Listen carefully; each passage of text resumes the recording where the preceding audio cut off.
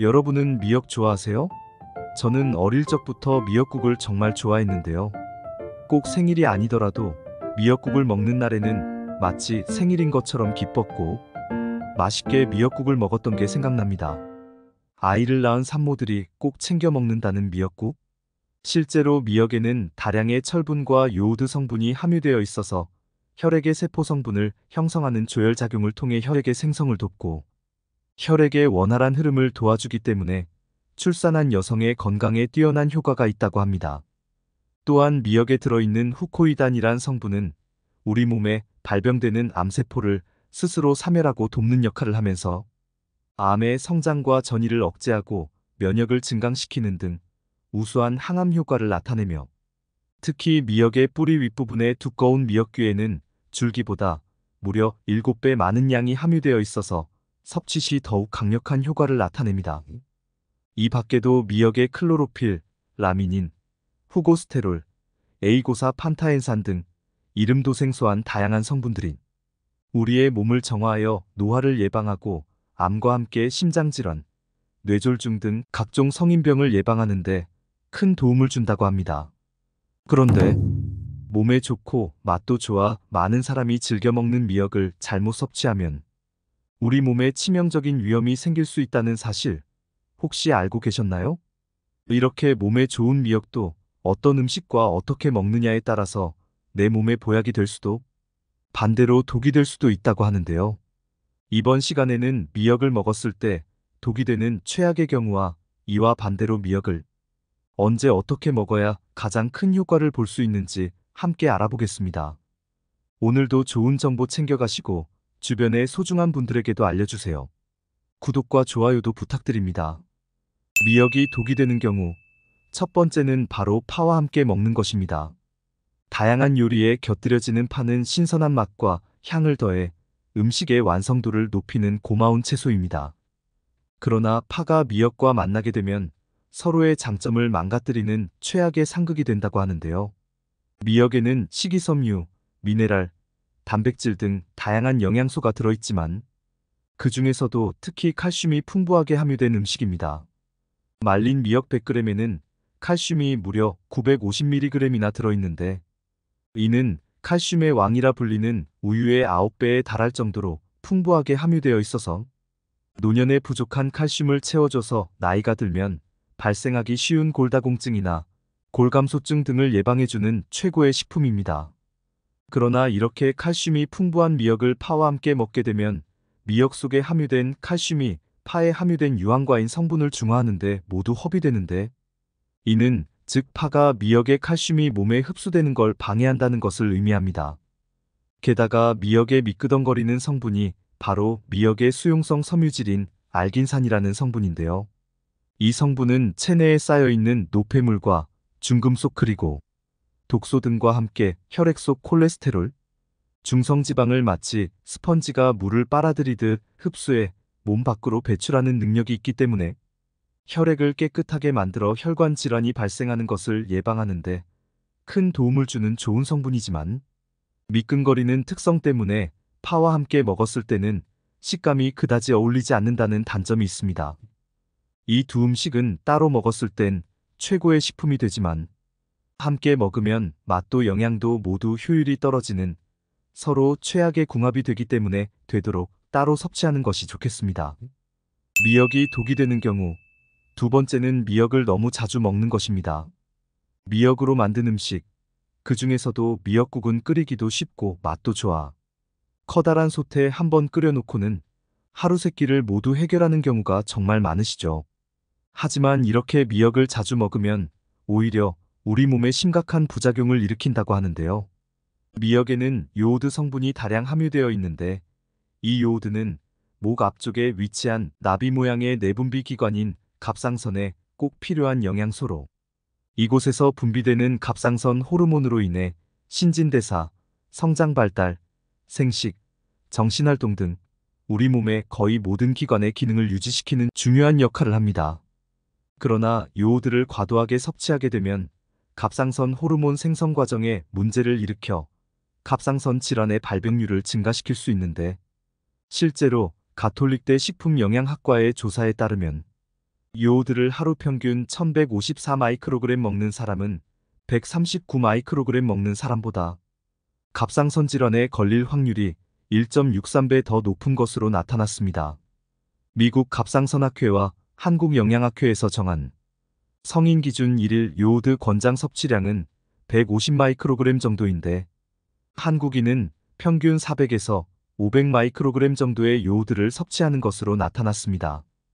우리가 흔히 접하는 말린 미역 100g에는 요오드가 무려 8,700 마이크로그램 들어있으며 미역국 한 그릇에 들어가는 미역에 최소 700 마이크로그램 이상의 요오드가 함유되어 있다고 하는데요.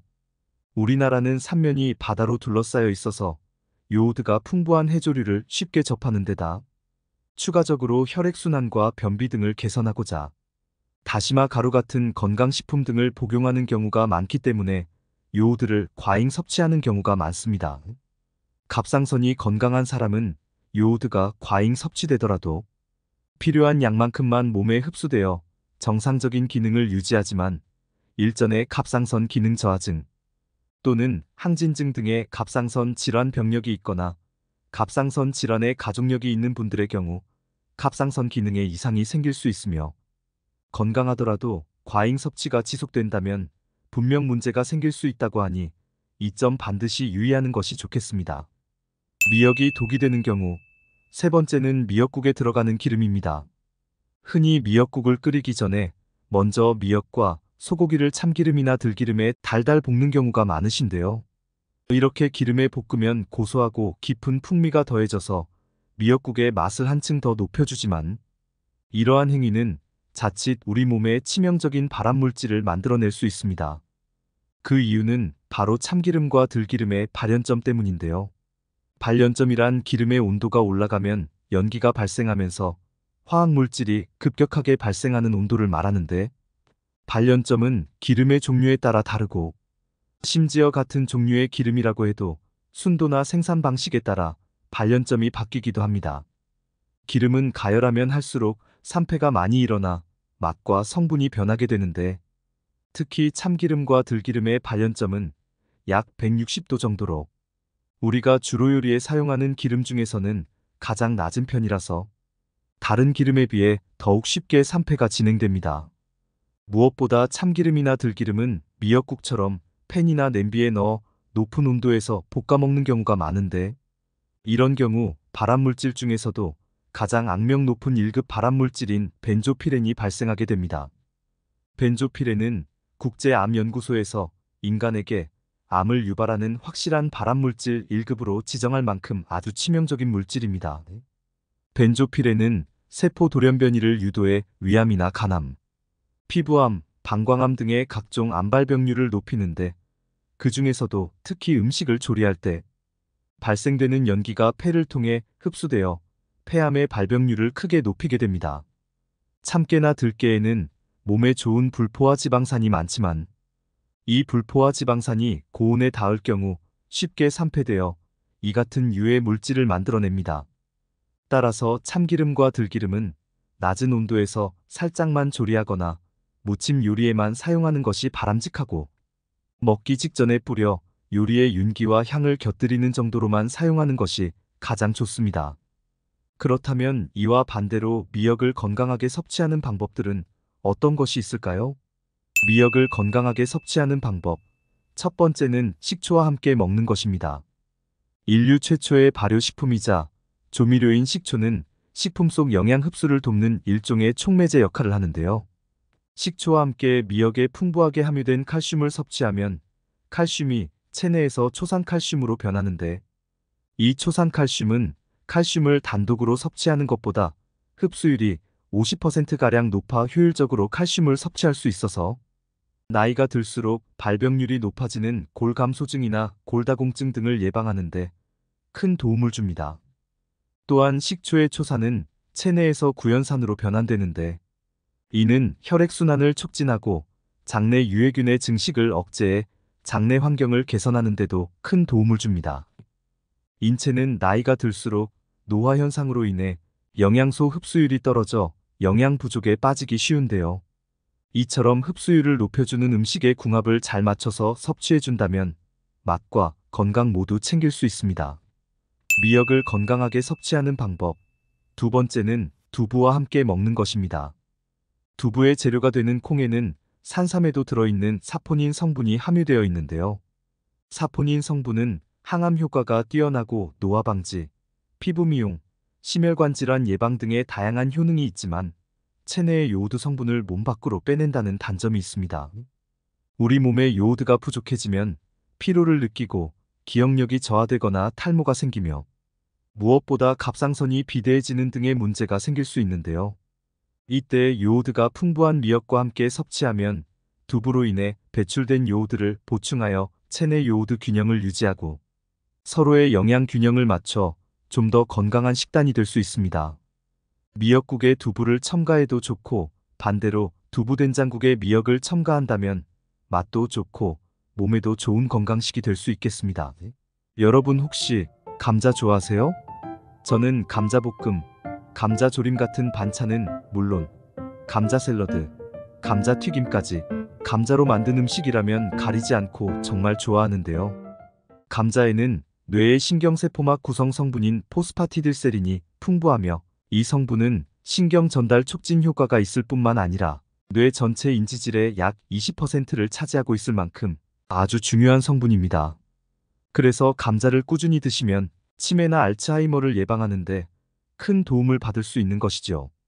혹시 요즘 원인을 알 수 없는 불안과 초조한 증상에 시달리시고 작은 일에도 신경이 예민해지고 쉽게 짜증이 나시나요? 이러한 증상들은 우울증으로 발전할 수 있으며 이는 뇌 건강에 아주 해로운 영향을 미칩니다. 또한 더 심해지면 치매와 암으로 발전할 수도 있는데요. 이럴 때 감자가 좋은 해결책이 될 수 있습니다. 감자 속 풍부한 비타민 B6 성분은 뇌 중추신경에 영향을 주어 우울증 개선에 도움을 주고 스트레스를 완화시켜 숙면에도 큰 효과가 있습니다. 미국 신경 전문 학자들의 공동 연구에 따르면 약 12주간 매일 감자를 섭취한 사람들의 기억력은 14년, 인지 능력은 7년 이상 젊어지는 효과가 나타났다고 발표하기도 했습니다. 그런데 이렇게 좋은 식품인 감자도 어떻게 또는 무엇과 먹느냐에 따라 내 몸에 독이 될 수도 있다고 하는데요. 건강을 위한 올바른 감자 섭취법과 함께 먹으면 최악인 음식을 지금부터 하나하나 천천히 설명드리겠습니다.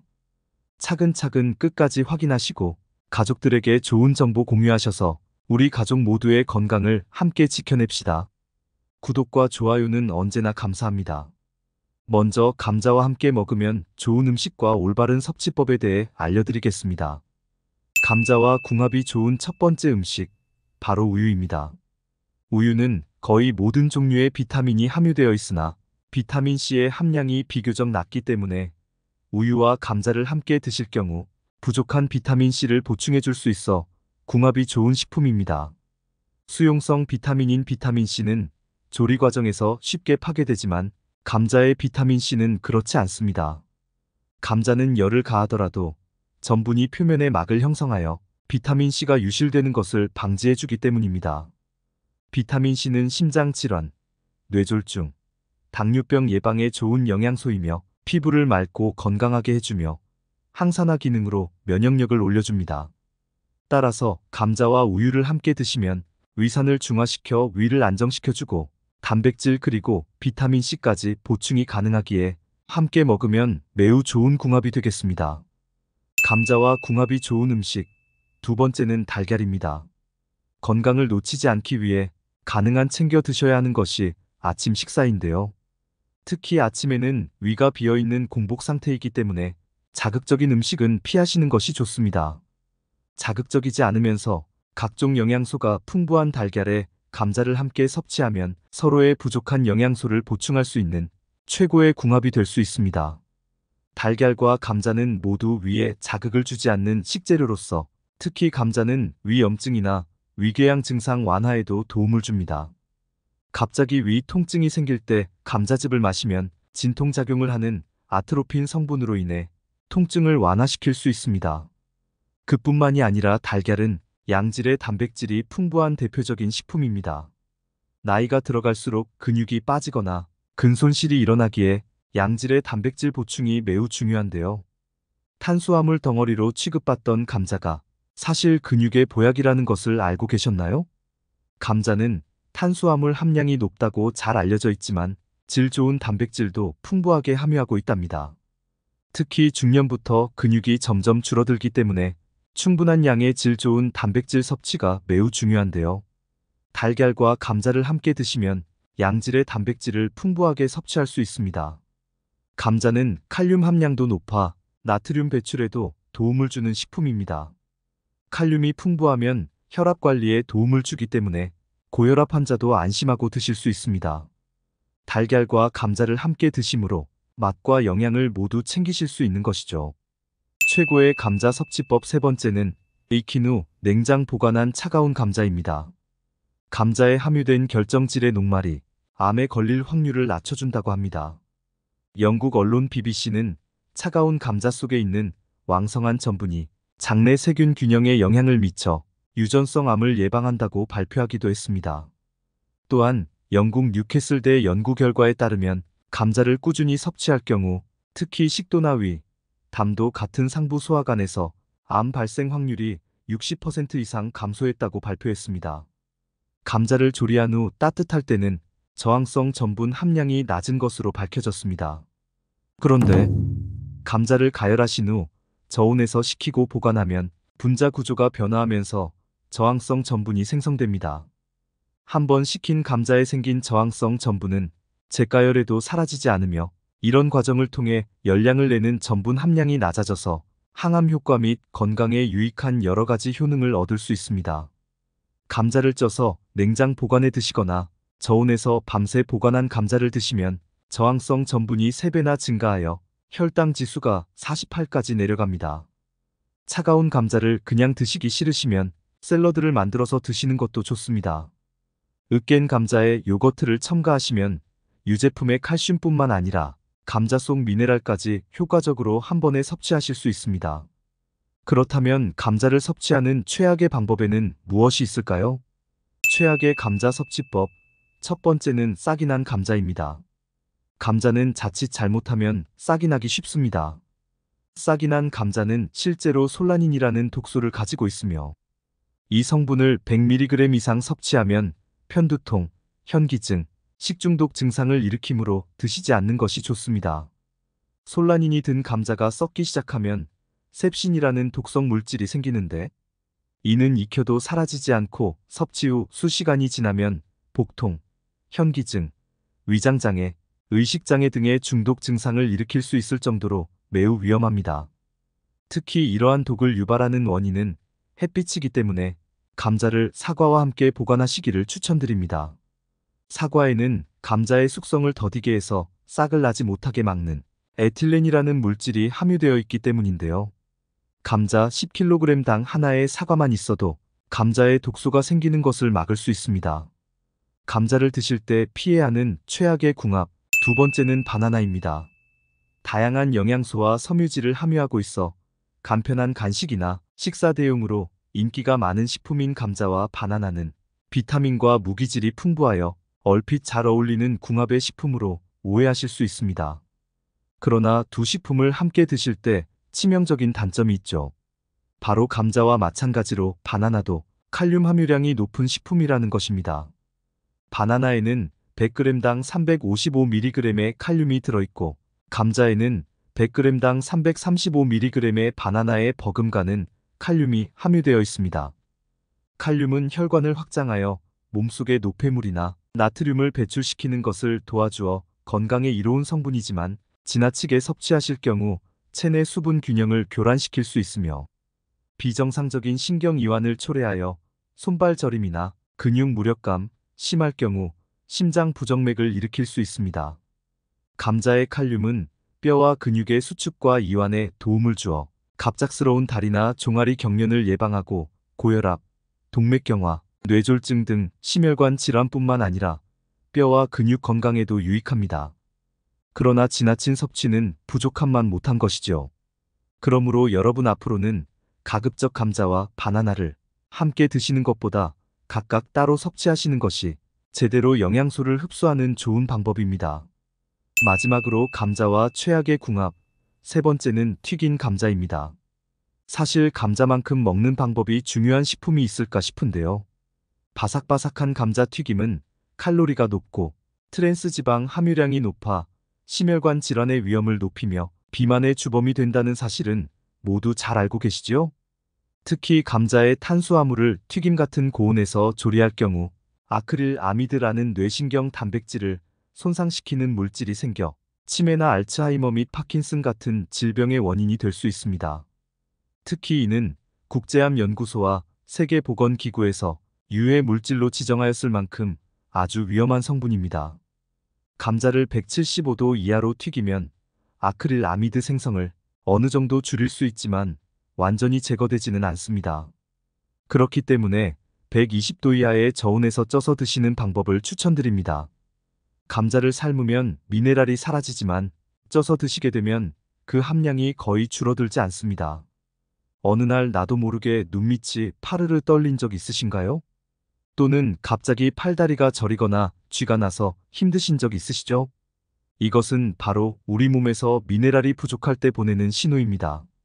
쥐가 나거나 눈밑이 떨리는 것은 근육이 과도하게 수축하는 것으로 혈류가 원활하지 않아 근육이 경직되어 있기 때문이지요. 이럴 때 감자를 드시면 좋은 효과를 보실 수 있습니다. 감자에 풍부하게 들어있는 마그네슘은 근육을 부드럽게 이완시켜주는 작용을 하여 심장에서 다리와 말초로 가는 혈액순환에 도움을 줍니다. 오늘의 중요한 포인트 다시 한번 확인해 보겠습니다. 예방은 물론 치매까지 걱정 없는 최고의 감자 섭취법 3가지. 첫 번째, 우유. 우유에 부족한 비타민 C를 감자로 보충하여 최고의 조합이 됩니다. 두 번째, 달걀. 소화가 쉽고 자극적이지 않은 양질의 단백질을 보충해 줍니다. 세 번째, 익힌 후 차갑게 냉장 보관한 감자. 저항성 전분으로 전환되어 꾸준히 드시면 암 예방에 도움을 줍니다. 반대로 감자를 드실 때 최악의 조합 3가지입니다. 첫 번째, 싹이 난 감자. 독성이 있으므로 절대 드시면 안 되고 저온의 햇빛을 피하여 보관하여 주세요. 사과와 함께 보관하시면 더욱 좋습니다. 두 번째, 바나나. 지나친 칼륨 섭취로 심장 부정맥을 일으킬 수 있습니다. 세 번째, 고온에서 튀김 감자. 발암 물질을 생성해 암에 걸릴 위험이 증가합니다. 여러분은 계란 좋아하세요? 저는 어릴 적부터 계란을 정말 좋아했는데요.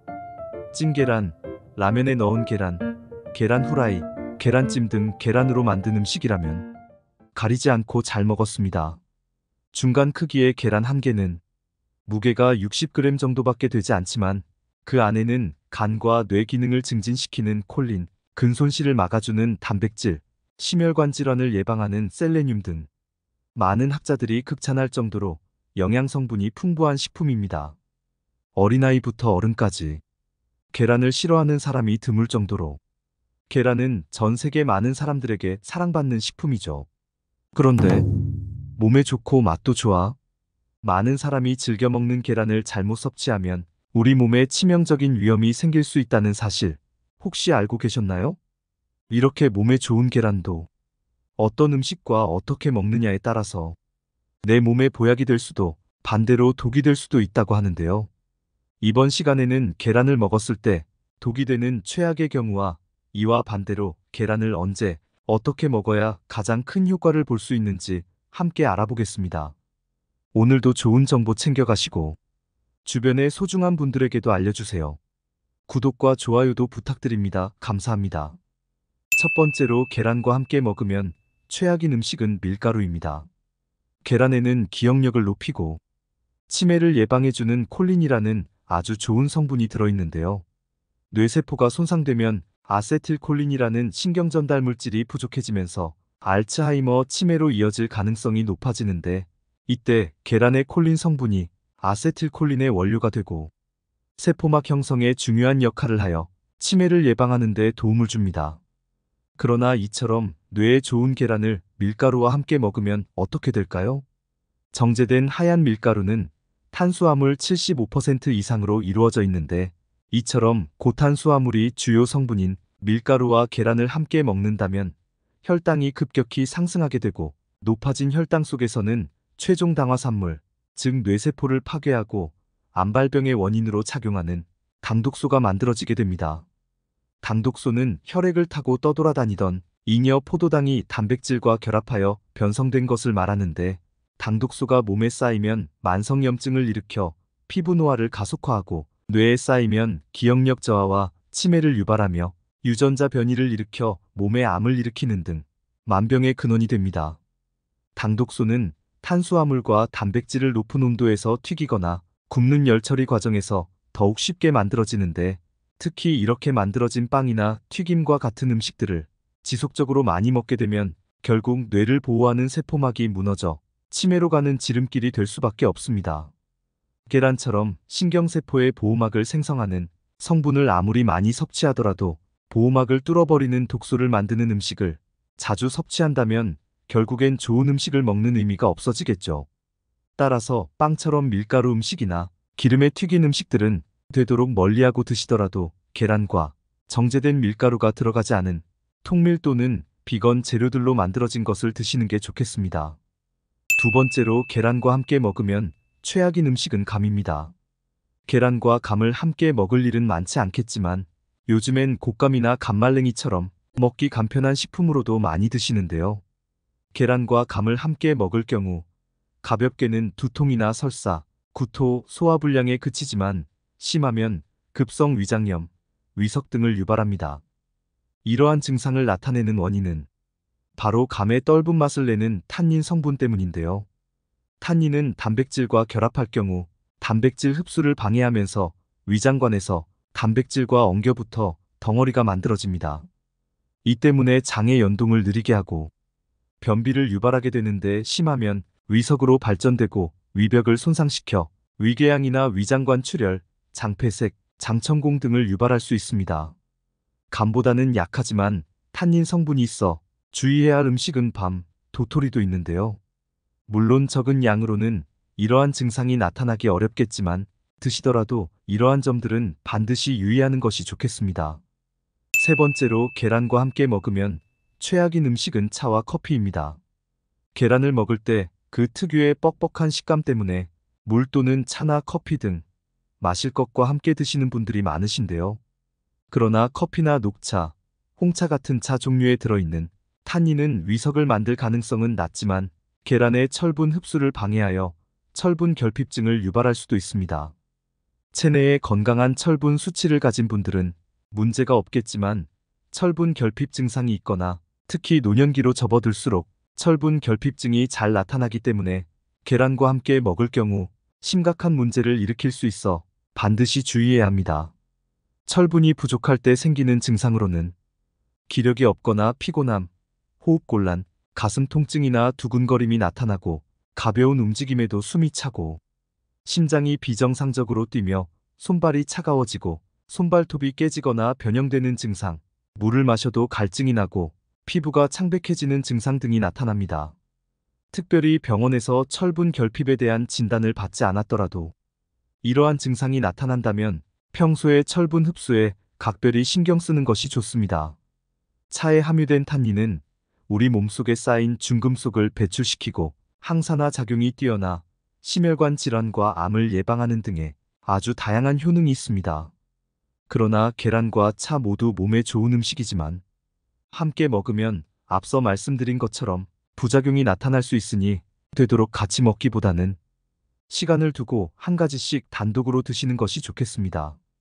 그렇다면 이와 반대로 계란과 함께 먹으면 좋은 음식은 어떤 것이 있을까요? 첫 번째로, 계란과 같이 먹으면 좋은 음식은 토마토입니다. 토마토와 계란은 그야말로 환상의 궁합이라고 할 수 있는데요. 계란은 풍부한 단백질의 공급원이 되지만 비타민C가 많이 부족한 식품입니다. 보고된 바에 따르면 비타민C가 부족할 경우 뇌 인지 기능이 저하되고 치매 발병에도 영향을 미치며 당뇨병과 같은 혈관 질환의 발병률이 증가한다고 하는데요. 때문에 계란과 비타민이 풍부한 토마토를 같이 드시는 것이 좋습니다. 미국 국립암연구소 연구에 따르면 계란과 토마토를 주 10회 이상 섭취한 사람은 그렇지 않은 사람보다 전립선암 발병률이 45%나 낮았다고 하는데요. 이는 토마토의 주요 성분인 라이코펜이라는 성분의 탁월한 항암 효과에 의한 것으로, 특히 열을 가해 조리하면 체내 흡수율을 5배나 높일 수 있어 계란과 함께 조리해서 먹으면 더욱 효과적입니다.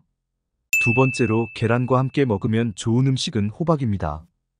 호박은 담백한 맛과 부드러운 식감 때문에 우리 밥상에 자주 등장하는 채소이죠. 칼로리는 높지 않으면서 영양소는 풍부하고 더불어 베타카로틴, 레시틴과 같은 성분이 콜레스테롤이 혈관에 쌓이는 것을 억제하고 나트륨과 노폐물 배출 및 해독작용 효능까지 있어 계란과 아주 좋은 궁합이 됩니다.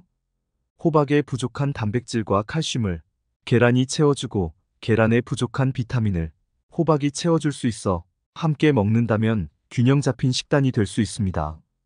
또한 호박 속 식이섬유와 계란 속 칼슘이 만나면 부교감 신경이 활성화되면서 심리적 안정감 효과까지 준다고 하니 식사 때 계란과 호박을 이용한 요리를 꼭 드셔보시기 바랍니다. 세 번째로 계란과 함께 먹으면 좋은 음식은 치즈입니다. 계란은 완전 식품으로 불릴 정도로 많은 영양소를 지니고 있지만 상대적으로 칼슘이 부족한 식품이라고 하는데요. 계란이 들어가는 음식에 칼슘이 풍부한 치즈를 넣어 함께 섭취하면 노른자에 들어있는 비타민 D가 칼슘의 체내 흡수율을 증가시키는 역할을 합니다. 나이가 들수록 계란을 섭취해야 하는 이유 중 하나가 바로 계란에 함유된 비타민 D 성분 때문인데요. 우리 몸에 비타민 D가 부족하면 골다공증과 같은 뼈질환에 걸리기 쉬워지고 면역력이 약해져 감기와 염증, 만성 피로에 시달리며 우울감, 탈모, 비만, 수면장애 등 다양한 증상의 원인이 될 수 있습니다. 때문에 계란 요리에 궁합이 좋은 치즈를 함께 넣어서 맛과 영양까지 모두 챙기시기 바랍니다. 이렇게 궁합이 좋은 음식 외에도 계란 자체만으로 건강하게 섭취하는 방법을 추천드리려고 하는데요. 그 첫 번째 방법은 계란을 완숙해서 섭취하기입니다. 계란을 얼마나 어떻게 익히느냐에 따라 그 맛과 영양도 달라지는데요. 계란 노른자에는 비타민 B군의 일종인 비오틴이라는 성분이 많이 들어있는데 이 영양소는 콜레스테롤 수치를 조절하고 피부나 머리카락, 손발톱을 매끄럽게 해주며 신경계, 골수의 기능을 원활하게 하는 역할을 합니다. 그러나 공교롭게도 이러한 비오틴의 체내 흡수를 방해하는 아비딘이라는 성분이 계란 흰자에 들어있는데요. 이 아비딘 성분은 익히지 않은 날계란을 지속해서 섭취할 경우 체내에 쌓이면서 비오틴 결핍증을 일으킬 수 있습니다. 하지만 다행히도 계란을 완전히 익히면 아비딘 성분이 비활성화되기 때문에 비오틴의 흡수율을 높일 수 있다고 합니다. 또한 연구에 의하면 계란을 날 것으로 먹었을 때는 체내 단백질 흡수율이 51%에 불과하지만 완전히 익힐 경우 91%로 높아진다고 합니다. 무엇보다 계란을 익히면 단백질이 소화되기 쉬운 구조로 바뀐다고 하니 계란은 되도록 익혀서 드시는 것이 좋겠습니다. 두 번째는 짧은 시간 안에 익히기입니다. 계란을 자주 섭취하는 분들 중에는 먹을 때마다 계란을 삶기 귀찮아서 혹은 쫀득한 식감을 위해서 아예 맥반석 계란을 구입하거나 만들어서 드시는 분들이 계신데요. 이처럼 계란을 장시간 동안 열을 가해서 익히면 일부 영양소가 파괴될 수 있는데 40분 동안 구울 경우 일반적으로 삶은 계란과 비교했을 때 비타민 D가 최대 61%까지 손실된다고 합니다. 또한 계란에 오랫동안 열을 가하면 계란에 함유된 콜레스테롤이 산화되어 옥시스테롤이라는 화합물을 만들어내는데 이는 심장질환의 위험을 증가시키는 것과도 관련이 있다고 합니다. 열을 가하는 시간이 길수록 계란의 영양성분은 줄어들면서 오히려 몸에 나쁜 성분은 증가되기 때문에 가능한 맥반석 계란처럼 오랫동안 구운 계란보다 빠르게 삶은 계란을 드시는 것이 가장 좋겠습니다. 세 번째는 흰자, 노른자 같이 먹기입니다. 계란하면 끊이지 않는 주제가 바로 콜레스테롤이죠. 계란에 콜레스테롤이 걱정돼서 계란 흰자만 드시는 분들이 많으신데요. 계란 속 단백질은 흰자가 노른자보다 많이 들어있지만 콜린, 루테인, 제아잔틴, 오메가3, 셀레늄 등 계란의 핵심 영양소라 할 수 있는 성분들이 대부분 노른자에 함유되어 있기 때문에 되도록 흰자와 노른자를 같이 먹는 것이 좋습니다. 특히 계란의 콜레스테롤은 건강에 큰 영향을 미치지 않는다는 것이 이미 여러 연구에서 밝혀졌으며 오히려 노른자의 레시틴 성분이 콜레스테롤 수치를 낮춰준다는 연구도 있습니다. 전문가들은 콜레스테롤 수치가 높거나 고지혈증 등의 이상이 없는 건강한 사람이라면 하루에 계란 2개를 먹는 것은 전혀 문제가 없다고 합니다. 따라서 계란의 우수한 효능을 모두 누리기 위해서라도 흰자와 노른자 모두 드시는 것이 좋겠습니다. 여러분, 혹시 바나나 좋아하세요? 저희 집은 식탁 위에 항상 바나나가 있을 정도로 온 가족이 바나나를 즐겨 먹는데요. 이렇게 부드럽고 달콤한 맛의 바나나는 장 속의 유익균을 늘려 면역을 높여줄 뿐만 아니라 소화기 암을 예방하고 심장이나 혈압 등의 심혈관 질환을 예방하며 체내 호르몬에 관여하여 정신건강에도 도움을 주는 등 아주 탁월한 식품입니다. 10명 중 4명이 불안함이나 우울감 등의 정신적인 고통을 겪고 있는데, 이는 OECD 국가 중 우울증 유병률 1위를 기록할 정도로 그 상황이 아주 심각하다고 합니다. 우울증과 불안장애 증세가 심하다면 당연히 전문의를 찾아가는 것이 좋겠지만, 그렇지 않다면 마음을 달래주는 바나나를 섭취하는 것도 도움이 되는데요. 바나나 속에 함유된 트립토판이라는 성분은 우리 몸의 행복 호르몬이라 불리는 세로토닌을 분비시켜서 기분이 우울하거나 스트레스를 받을 때 행복 지수를 높여줍니다. 이렇게 우리 몸에 좋은 성분으로 가득한 바나나. 그런데 몸에 좋고 맛도 좋아 많은 사람이 즐겨 먹는 바나나를 잘못 섭취하면 우리 몸에 치명적인 위험이 생길 수 있다는 사실 혹시 알고 계셨나요? 안녕하세요. 건강무지개입니다. 오늘은 바나나의 부작용과 올바른 섭취 방법에 대해 알아보겠습니다. 건강에 최악이 되는 바나나 음식 첫 번째는 말린 바나나입니다. 과일이 건강에 좋다는 것은 누구나 아는 사실이죠. 때문에 최근 들어 몸에 좋은 과일을 좀 더 간편하게 자주 섭취하고자 하는 마음에 말린 과일을 드시는 분들이 부쩍 늘었는데요. 말린 과일은 생과일보다 휴대가 간편하고 오래 보관할 수 있다는 장점과 수분을 날리고 말리다 보니 맛이 응축되어 특유의 진한 맛과 쫄깃한 식감에 매료되어 날이 갈수록 말린 과일을 찾는 분들이 꾸준히 늘고 있습니다. 하지만 과연 이렇게 말린 과일들도 생과일만큼 몸에 좋을까요? 과일을 말리게 되면 수분이 날아가고 그만큼 부피가 줄어들기 때문에 생과일과 같은 무게라 할지라도 열량이 상당히 높아지는데요. 생바나나의 경우 100g당 90칼로리 정도이지만 말린 바나나는 100g당 480칼로리 정도로 무려 5배가 넘는 열량을 가지고 있습니다. 이로 인해 말린 과일이 생과일보다 포만감이 적다 보니 무심결에 많은 양을 먹게 되는데, 말린 바나나를 생바나나 1개의 양만큼 먹으면 나도 모르는 사이 5개 분량의 바나나를 먹게 되는 셈이 됩니다. 하지만 이보다 더 문제가 되는 것이 말린 과일의 제조 과정에 들어가는 설탕인데요. 말린 과일도 충분히 본연의 맛을 가지고 있지만 이를 상품화하고 더 달고 자극적인 맛을 내기 위해 설탕을 첨가하는 경우가 대부분입니다. 이렇게 설탕이 듬뿍 들어간 음식을 자주 섭취하게 되면 혈당에 문제가 생겨 당뇨병과 같은 혈관 질환은 물론이고 체질마저 변해 살이 더욱 쉽게 찌게 됩니다. 더 나아가 인슐린 저항성을 높이고 온몸에 만성염증을 일으키게 되는데, 이는 결국 우리 몸속에서 암 발생의 위험을 높이고 기억력의 중추인 해마를 위축시켜 혈관성 치매 위험을 높이게 됩니다. 전문가들은 건강을 위해 말린 과일을 먹는다면 오히려 얻는 것보다 잃는 것이 더 크다며 되도록 과일 본연 그 자체를 먹는 것이 가장 좋다고 조언하고 있습니다. 바나나와 최악의 궁합이 되는 음식 두 번째는 바로 고구마입니다. 바나나와 고구마는 바쁜 아침 간편한 식사 대용으로 많이 드시거나 특히 이 두 음식이 다이어트에 도움이 된다고 알려져 있어 식단 관리하는 분들에게는 최고의 음식으로 손꼽힙니다. 실제로 바나나와 고구마 모두 양질의 복합 탄수화물로 이루어져 있어 섭취하면 포만감이 오래가 과식을 막아주고, 특히 바나나에는 장내 유익균의 먹이가 되는 펙틴 성분과 저항성 전분이 풍부해서 다이어트 때 생길 수 있는 변비도 예방할 수 있습니다. 그러나 여기에는 우리가 생각지도 못한 함정이 숨어 있는데요. 그것은 바로 이 두 음식에는 칼륨 함량이 상당하다는 것입니다. 칼륨은 우리 몸에서 혈압 조절과 심혈관 건강을 개선하는 데 도움을 주며 근육의 수축과 이완을 조절하고 신경 전달을 개선하는 등의 다양한 역할을 합니다. 하지만 칼륨 함량이 풍부한 음식을 과도하게 섭취하면 혈류에 칼륨이 많아지는 고칼륨 혈증을 일으켜서 근육 무력감, 피로감, 저린 감각, 오심, 구토, 설사 등이 나타나며 증상이 심해지면 근육마비, 호흡부전, 저혈압, 부정맥을 유발하고 여기서 더 심해지면 심장마비까지 일으킬 수 있는 부작용이 발생하게 됩니다. 또한 신장 기능이 약하신 분들은 몸에서 칼륨 배출이 원활히 되지 않기 때문에 건강을 생각해서 먹었다가 오히려 신장을 더욱 악화시키는 경우가 발생할 수 있으므로 이 두 음식을 같이 먹는 것은 가급적 피하는 것이 좋겠습니다. 바나나와 최악의 궁합이 되는 음식 세 번째는 바로 우유입니다.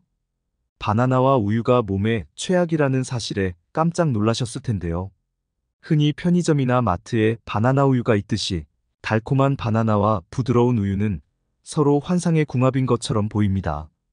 실제로 바나나에 풍부하게 함유된 마그네슘 성분이 우유 속 칼슘의 흡수를 돕는 동시에 바나나의 칼륨과 우유의 칼슘이 체내 염분 배출을 도와 혈압이 높아지는 것을 예방해줍니다.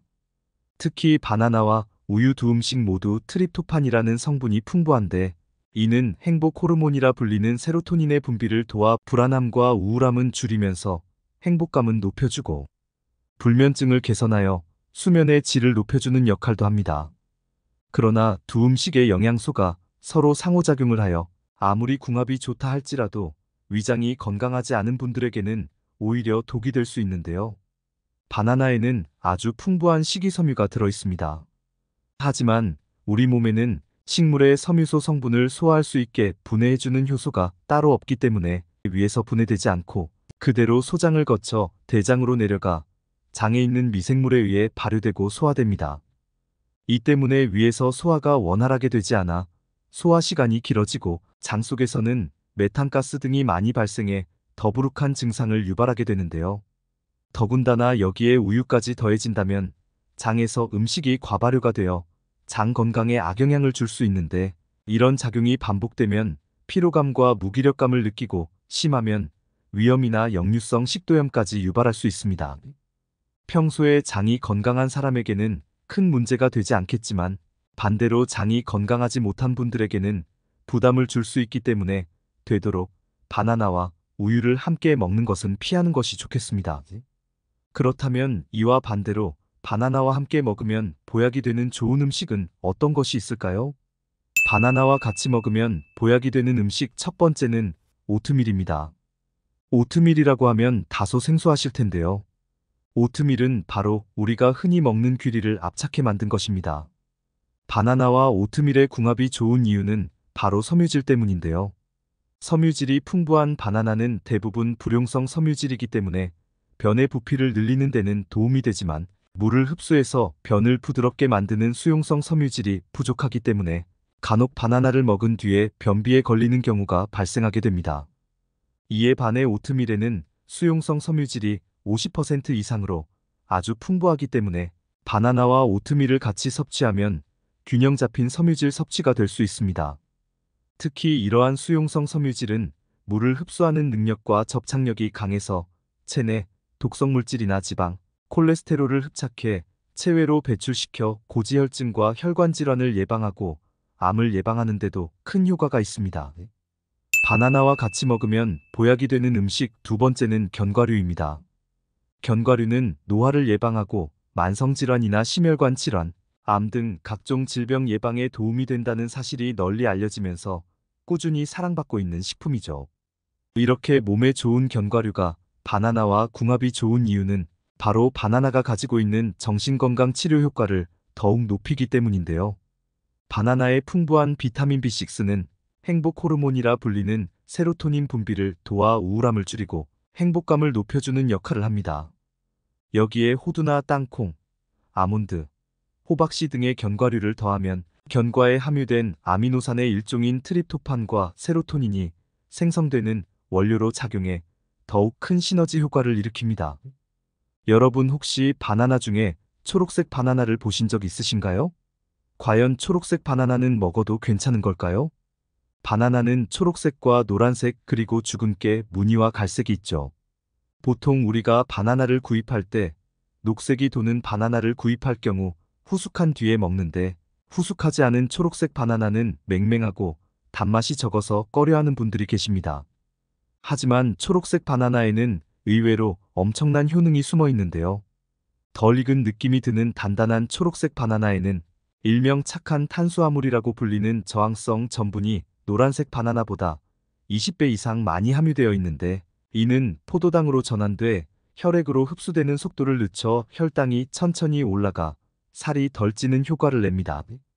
특히 최근 영국 뉴캐슬대의 연구에서는 이 저항성 전분을 꾸준히 섭취했더니 암 발생이 60% 이상 감소하였으며, 그 중에서도 식도, 위, 담도, 췌장, 십이지장 등 상부 소화관의 암 억제 효과가 큰 것으로 나타났습니다. 위와 소장에서 잘 소화되지 않는 저항성 전분은 대장으로 내려가 발효 과정을 거치고 장 속 유익균의 먹이가 되어 건강에 도움을 주는데, 연구진들은 이러한 효과를 얻기 위한 하루 전분 섭취량은 덜 익은 바나나 1개 정도면 충분하다고 합니다. 또 다른 연구에서는 하루에 섭취하는 탄수화물의 5%만 저항성 전분으로 대체해도 식후 지방 연소를 23%까지 증가시킬 수 있다는 연구 논문도 있어 체중 관리나 다이어트 하는 분들에게는 초록색 바나나 섭취가 큰 도움이 되겠습니다. 여러분, 혹시 바나나를 언제 먹는 것이 가장 효과적인지 아시나요? 스포츠 경기를 보다 보면 운동선수들이 바나나를 먹는 모습이 자주 눈에 띄죠. 유명 육상선수와 수영선수들이 경기 전 많은 양의 탄수화물 음식을 섭취하는 것으로도 잘 알려져 있는데요. 탄수화물은 경기 중 근육에 연료를 공급하고 경기가 끝난 뒤에는 소염제 작용까지 하기 때문에 운동선수들에게는 필수 영양소로 여겨집니다.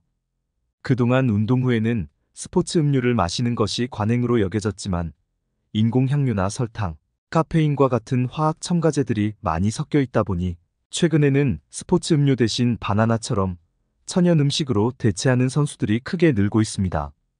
바나나는 풍부한 탄수화물과 천연 당분인 과당을 많이 함유하고 있어 빠른 시간 안에 에너지를 공급하고, 무엇보다 화학 첨가제 걱정이 없기 때문에 스포츠 휴대용 음식으로 자주 추천됩니다. 미국 애팔레치안 주립대학교 연구팀이 운동 중 섭취하는 탄수화물의 효과를 비교한 결과 바나나의 항염증 효과 등이 스포츠 음료보다 더 좋은 것으로 나타났는데요. 장시간 운동을 할 때 탄수화물을 먹거나 마시면 운동 강도를 오래 유지시키고 운동 후 회복 속도도 더 높이는 것으로 나타났는데, 특히 흥미로운 점은 운동 후 스포츠 음료를 마신 사람보다 바나나를 섭취한 선수에게서 염증을 일으키는 콕스투라는 호르몬의 생성을 더디게 만드는 천연 소염제 역할까지 한다는 연구 결과가 나오기도 했습니다. 따라서 바나나의 효과를 제대로 누리고자 한다면 운동 전 또는 운동 후에 섭취하는 것이 좋겠습니다. 오늘은 미역의 효능과 부작용에 대해 알아봤습니다. 정보가 도움되셨다면 주변의 소중한 분들에게 영상을 공유해주세요. 구독과 좋아요도 부탁드릴게요. 구독과 좋아요는 건강 무지개에게 언제나 큰 힘이 됩니다. 다음에 더 유익한 영상으로 찾아오겠습니다. 건강하고 행복하세요.